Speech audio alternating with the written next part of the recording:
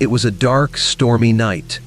Rain poured down like a river from the sky, and the wind howled through the trees. Lucy was driving home alone, her car headlights barely cutting through the sheets of rain. She could hardly see the road ahead. She had taken a shortcut through the woods, even though her friends warned her never to go that way at night. The woods were thick, silent, and always seemed too dark, even in the daytime. But tonight, with the storm raging, they felt alive, as if they were watching her. Suddenly, her car sputtered and jerked to a stop. The engine died, leaving her stranded in the middle of the woods. She tried turning the key again, but nothing happened. The only sound was the relentless patter of rain on the roof and the wind slamming against the car. Her phone had no signal. Lucy sat for a moment, unsure of what to do. Then, she saw it, a flicker of light through the trees. Maybe there was a house nearby, someone who could help. She grabbed her jacket and umbrella, opened the car door, and stepped out into the storm. The woods were colder than she expected, and the rain quickly soaked through her shoes. As she made her way toward the light, the wind seemed to carry whispers. It sounded like voices calling her name, but she told herself it was just the wind. The light led her deeper into the woods, to an old run-down cabin. Its windows were dark, except for one flickering candle inside. Lucy hesitated. Something felt wrong, but she didn't have much choice. She knocked on the door, hoping someone would answer. There was no response. She knocked again, harder this time. The door creaked open on its own. "Hello?" she called out, stepping inside. The cabin was small and dusty, with old furniture covered in cobwebs. The candle on the table flickered, casting eerie shadows on the walls. Suddenly, the door slammed shut behind her. Lucy spun around, her heart racing, but no one was there. The wind outside howled louder, rattling the windows. Then she heard footsteps upstairs. "Is someone there?" she called, her voice shaky. The footsteps stopped. Slowly she climbed the creaky stairs, her hand trembling on the railing. At the top was a long hallway with several doors. One door at the end stood slightly open.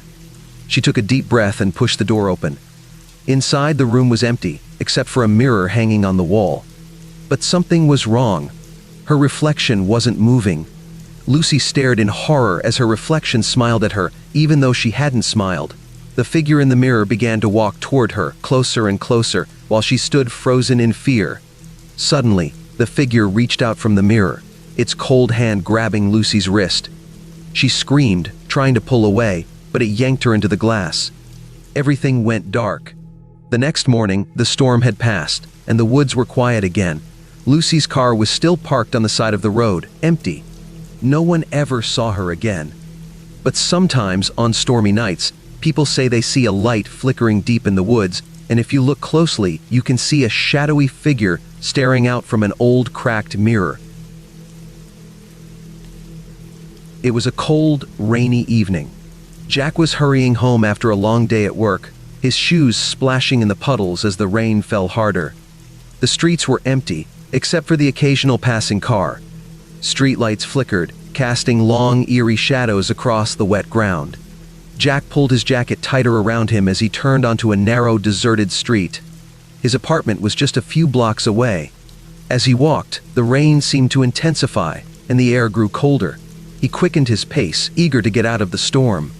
Suddenly, out of the corner of his eye, he saw someone standing under a broken streetlight up ahead. The figure was tall, wearing a dark coat and a hat that hid their face. Jack felt uneasy but kept walking. As he got closer, the figure didn't move, just stood there in the rain, perfectly still. Jack's heart began to race. He didn't know why, but something about the figure felt off, unnatural. He glanced at the stranger, trying to make out their face, but the rain made it impossible. Their face was just a shadow under the hat. As Jack passed by, the figure slowly turned its head to watch him. Jack felt a shiver run down his spine. He walked faster, trying to shake the feeling of being watched. The sound of his footsteps echoed through the empty street.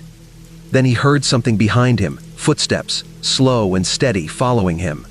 Jack glanced over his shoulder and saw the figure was now walking in his direction. Panic started to rise in his chest. He turned the corner and broke into a run. The footsteps behind him quickened, matching his pace. Jack's heart pounded in his chest as he raced through the rain-soaked streets, slipping and stumbling as he went.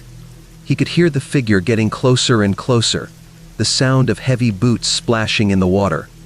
He reached his apartment building, fumbling for his keys with shaking hands. He could feel the figure just behind him, closing in. Finally, he unlocked the door, slammed it shut, and bolted it. Breathing heavily, Jack leaned against the door, listening for the footsteps. Silence. He peered through the peephole, but no one was there.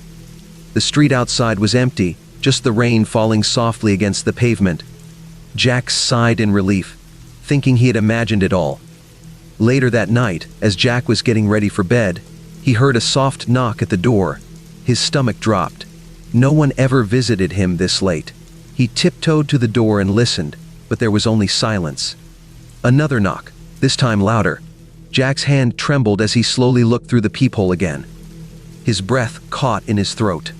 The stranger was standing right outside his door, face still hidden under the shadow of the hat, rain dripping from their coat. They raised a hand and knocked again, slowly, deliberately. Jack stepped back, his mind racing. How had they found him? What did they want? Then he heard the doorknob rattle. The stranger was trying to get in. Jack's heart raced as he backed away, looking for something to defend himself with. But before he could react, the lights flickered and went out, plunging the apartment into darkness. In the silence, Jack heard the doorknob stop turning. He listened, holding his breath. The stranger was still there, waiting. Suddenly, there was a loud bang. Jack jumped as something slammed against the door. Another bang, and the door shook. The stranger was trying to break it down. Jack ran to the window, trying to find a way out, but his apartment was on the 3rd floor. He had no escape. Then, everything went quiet. The banging stopped. Jack stood frozen, waiting, but there was nothing. He slowly moved toward the door, his heart pounding in his ears. He looked through the peephole one more time. The stranger was gone. Jack breathed a shaky sigh of relief, but before he could relax, he felt cold breath on the back of his neck. A whisper echoed in the darkness. "I'm already inside." My name is Lena, and I've always been afraid of storms. Since I was a little girl, the sound of thunder and the flash of lightning have always sent me hiding under my blankets. Tonight, I'm in the middle of the worst storm I've ever seen, and I'm completely alone. I rented this cabin deep in the woods for a quiet weekend getaway. The cabin seemed perfect, far away from the city, surrounded by tall, thick trees. The owner told me no one else would be nearby, and that's exactly what I wanted. I needed a break from everything, the noise, the stress, the constant feeling of being watched in the crowded city. I thought the peace and quiet would help me relax. I couldn't have been more wrong. The rain started this afternoon, light at first, tapping gently against the windows. But by evening, it had turned into a downpour, hammering the cabin with a force that rattled the windows. The wind roared through the trees, bending them dangerously. Every now and then I heard the sharp crack of a branch breaking, making me jump. And then the power went out. At first, I wasn't too worried. The cabin was old, and I figured the storm had knocked out the electricity. I grabbed a flashlight from my bag, lit a few candles, and tried to settle in. I pulled a blanket around me and sat on the couch, listening to the rain. But the sounds of the storm made me uneasy, the way the wind howled and the trees groaned like they were alive. The cabin creaked and shifted with each gust, as if it too was trying to survive the storm. As the hours passed, the storm only grew stronger. Thunder rumbled in the distance, and the rain lashed against the windows with such force I thought they might break. I couldn't shake the feeling that something was wrong. The cabin felt different, darker somehow, like the storm had brought something with it. I tried reading a book to calm my nerves, but every time a loud crack of thunder shook the cabin, I jumped. My phone had no signal, and the nearest town was miles away. I was completely cut off from the world, and I could feel the weight of the silence pressing in on me. Then it happened. There was a knock at the door. I froze, my breath catching in my throat. Who could possibly be out here, in the middle of this storm, at this time of night? I hadn't seen a single person since I arrived. My heart raced as I listened, waiting to see if it would happen again. The knock came again, slow and heavy, like someone was hitting the door with their fist. I stood up, my legs shaking. I didn't want to open the door. I didn't want to know who or what was on the other side. But what if it was someone in trouble? What if they needed help? I grabbed the flashlight, holding it tightly in my hand, and slowly made my way to the door. The floorboards creaked under my feet, and I winced at every sound. My heart was pounding so hard I thought it might burst. I reached the door and stood there for a moment, my hand hovering over the doorknob. I took a deep breath, trying to steady myself. Then, with shaking hands, I unlocked the door and pulled it open just a crack. No one was there. The rain poured down in thick sheets and the wind howled, but the porch was empty. I stepped outside, shining the flashlight into the darkness. The forest loomed around me, its tall trees swaying in the wind. I couldn't see anything beyond the beam of the light, just endless shadows. But then I saw them, footprints, wet and muddy, leading away from the porch and disappearing into the trees. I stood there, staring at the footprints. Someone had been at the door, but they were gone now. Where had they gone? Why would they leave without saying anything? I hurried back inside, locking the door behind me.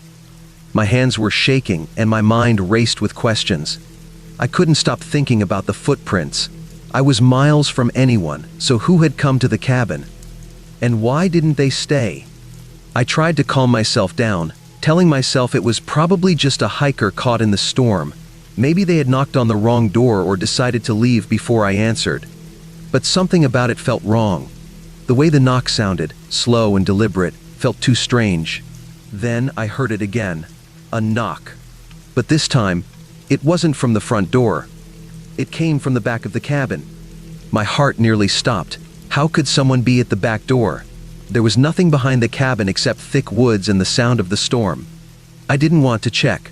I wanted to stay right where I was, curl up in a corner, and wait for the storm to pass.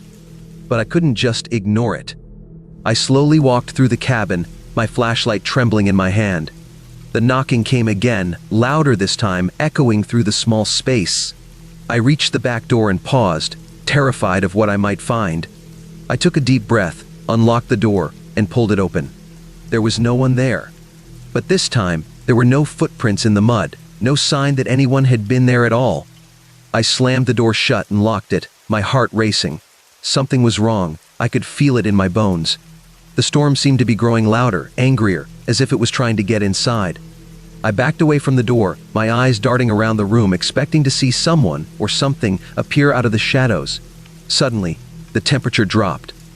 The air around me turned icy cold, and my breath came out in white puffs. The hair on the back of my neck stood up, and I felt like I wasn't alone anymore. Then I heard it, a whisper, so soft I almost didn't catch it. It came from the corner of the room, where the shadows were deepest. Lena. I froze, my heart pounding in my chest.